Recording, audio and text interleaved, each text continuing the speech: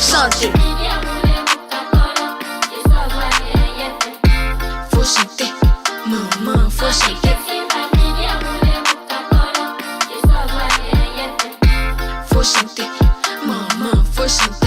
Bonjour à tous, c'est Mano et je vous souhaite la bienvenue dans ce nouvel épisode de la capsule, l'émission du blog Comme du Côte d'Ivoire qui vous permet de découvrir des faits parfois méconnus de l'histoire de la Côte d'Ivoire. Aujourd'hui, j'avais envie de vous raconter une histoire un peu folle et c'est le cas de le dire. Savez-vous qu'en 2011, des milliers de personnes se sont échappées de la MACA, la maison d'arrêt et de correction d'Abidjan.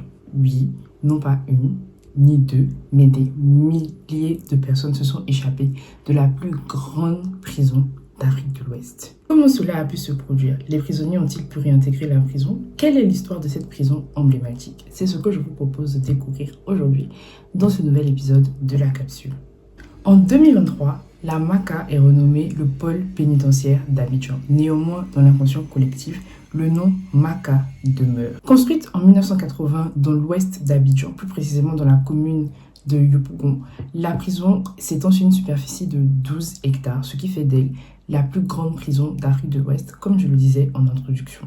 Elle est également située juste à côté de la forêt du Bonko, qui est la deuxième plus grande forêt primaire au monde, située en pleine ville, après la forêt Tijuca de Rio de Janeiro, à Rio de Janeiro au Brésil. Initialement construite pour accueillir 1500 personnes, la MACA se retrouve très vite surpeuplée et en 2011 compte en son sein 5400 détenus. 2011 est sans doute l'année la plus inédite de la MACA. En effet, nous sommes en pleine crise post-électorale et bien que de nombreuses évasions aient déjà eu lieu à la MACA, la plus importante est sur le point de se produire. En mars, les prisonniers s'échappent. Certaines sources disent qu'il s'agit de la totalité des prisonniers, quand d'autres disent qu'il s'agit plutôt de la libération de 3000 détenus. Selon certains dires, les portes de la prison auraient été grandement ouvertes pour permettre aux prisonniers de pouvoir s'évader. Une fois dehors, les prisonniers ont manifesté leur joie et des coups de feu se sont fait entendre dans la commune de Yopougon. Pourquoi ont-ils été libérés? Cela reste assez flou. Toutefois, en tant qu'Abidjanaise, j'ai déjà entendu des histoires un peu folles, comme quoi les prisonniers de la MACA sortaient la nuit, allaient prendre un peu l'air, rendre visite à leur famille et le lendemain matin regagnaient leur exil comme si de rien n'était. Et vraiment, j'ai entendu ce genre d'histoire-là à maintes reprises, quoi. Bref, je digresse, revenons à nos moutons. Devinez quoi, les évadés ne regagneront jamais la prison. Mais à mon avis, cela peut s'expliquer. Nous sommes en pleine crise, le pays est aux arrêts.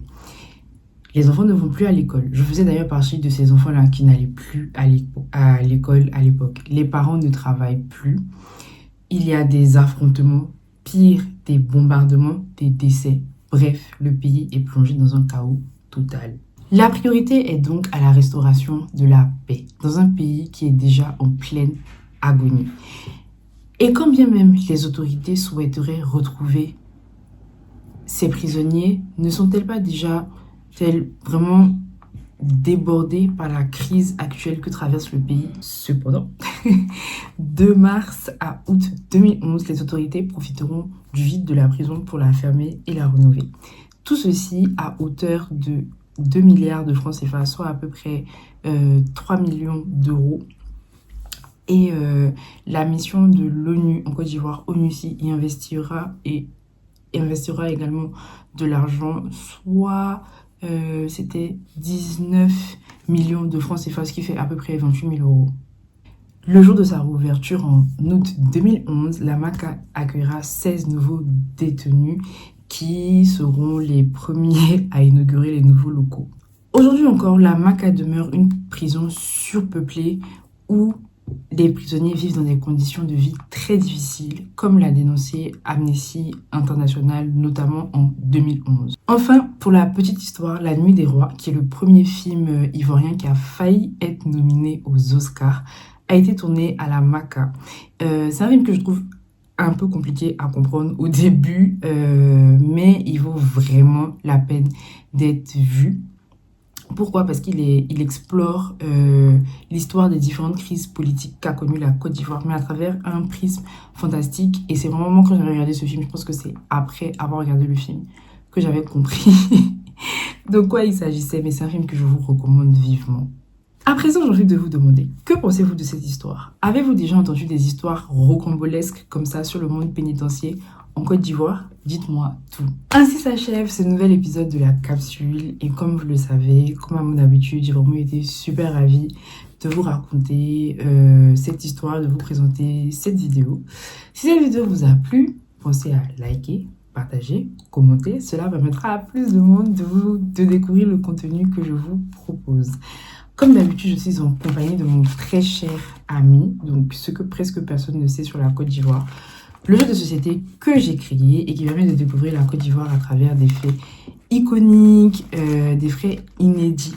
Donc n'hésitez pas à vous procurer le jeu. Il est disponible à la FNAC à Abidjan, à la baraque et via le lien en description aussi pour ceux qui sont à l'étranger. On livre partout.